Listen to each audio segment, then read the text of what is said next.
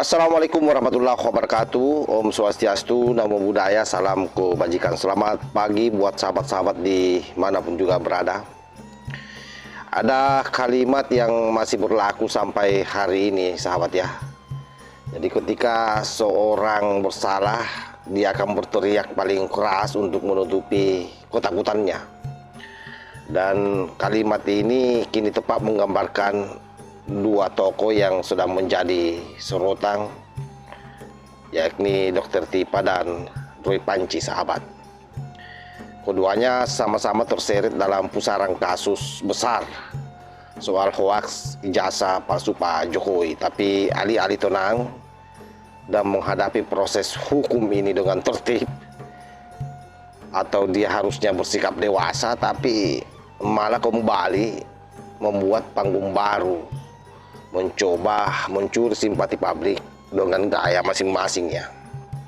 Sebutlah misalnya Roy Panci akhir-akhir ini gemar sekali memainkan wayang, dan itu wayangnya isinya itu penghinaan terhadap Pak Jokowi dan Pak Gibran. Ini kan mau nambah sebenarnya luka, mau nambah kejengkelan orang-orang yang ada di Nusantara ini. Saking jengkelnya banyak orang, terutama di TikTok itu berseliweran.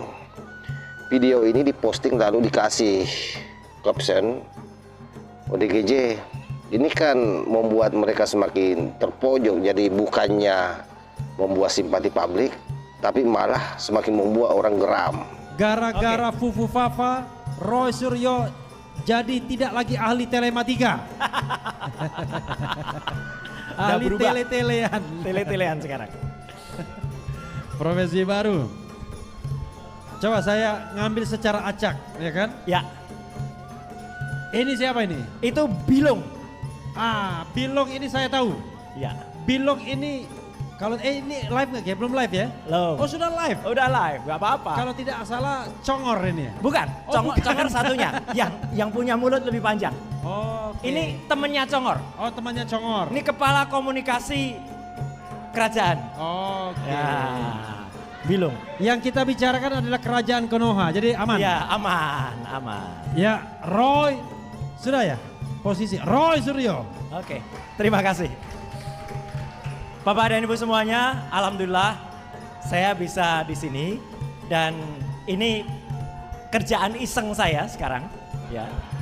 Yaitu saya akan menceritakan peristiwa yang terjadi sebenarnya tapi di kerajaan Konoha atau di Wakanda. Jadi kalau nanti ada nama dan peristiwa yang kira-kira mirip, anggap saja itu kebetulan, ya Bapak dan Ibu, kebetulan ya. Nah, kebetulan juga saya pakai baju wayang. Tapi wayang ini terlalu cantik, terlalu bagus untuk menceritakan apa yang ada di Konoha. Jadi nanti tokoh-tokohnya lebih hebat, lebih sadis, lebih jelek daripada yang ada. Tapi saya akan buka dulu baju ini untuk menjelaskan bahwa seperti biasa kita semuanya adalah satu rasa, satu nasib. Setuju? Kita semua adalah korban Mulyono. Kita semuanya adalah korban Mulyono.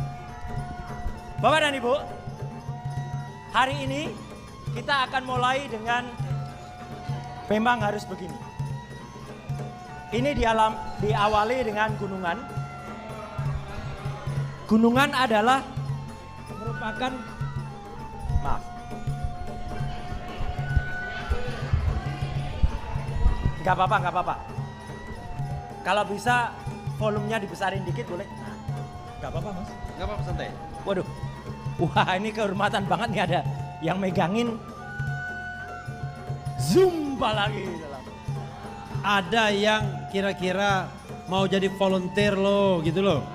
Aduh, mana anak muda nih, anak muda? Anak muda sini, masa bang? Ayo anak muda. Nah. Tadi di antara sini ada yang mirip Fufu Fafa, mana tadi? Mana tadi yang mirip Fufu Fafa tadi? Ada di belakang tadi?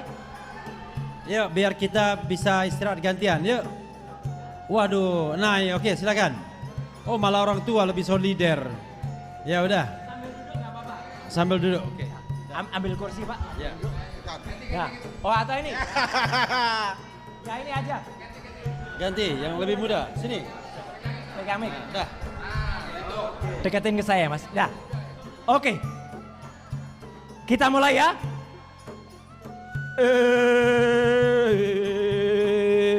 Jagat Dewa Batara, bumi gonjang ganjing, langit kelap-kelap.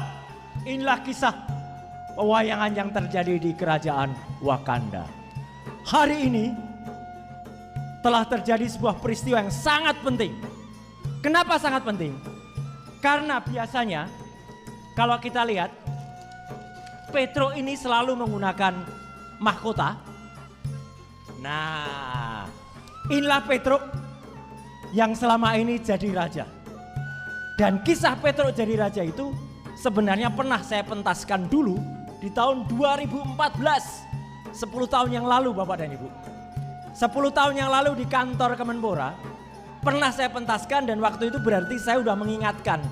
Hanya saja masyarakat waktu itu belum ngeh. Kalau kita melihat videonya Roy Panci tadi itu, memang benar juga itu netizen, sudah seperti ODGJ.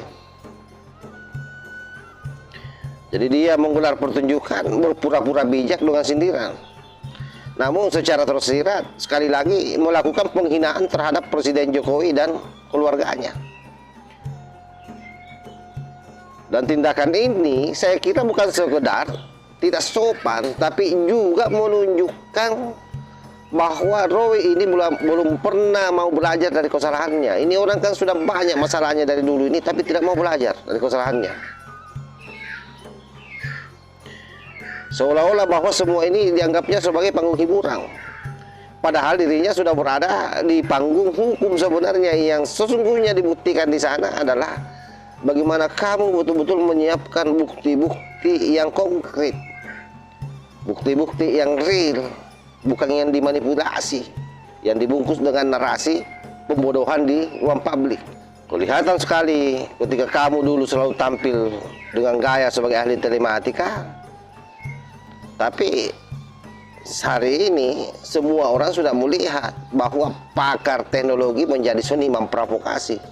Dari pengamat menjadi pelaku penghina yang saya kira semua orang sudah melihatnya.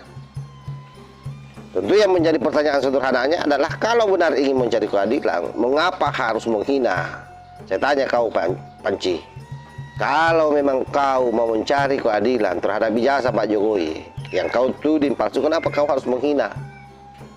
Mengapa harus menyeret keluarga presiden dalam lelucon politik yang tidak lucu ini? Ini kan kamu menyerempet banyak orang.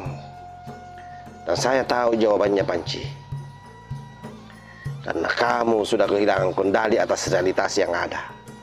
Ketika seluruh argumentasi hukummu tidak bisa lagi menyelamatkan, kamu beralih ke panggung simbol untuk memberi sindiran seperti yang kamu lakukan hari ini, dengan satu harapan bahwa rakyat akan tertarik. Tapi tunggu dulu, kalau rakyat kucluk ya dia akan tertarik dan mensupport kamu sambil mengajungi jempol.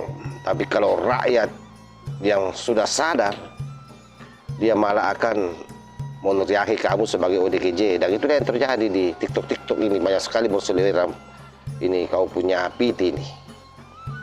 Yang saya juga kasihan Repli Harun, kenapa ikut-ikutan di situ. Luar biasa memang para kucluk ini. Saya kira demikian sahabat ya. Wallahul muwaffiq ila aqwamit thariq. Wassalamualaikum warahmatullahi wabarakatuh.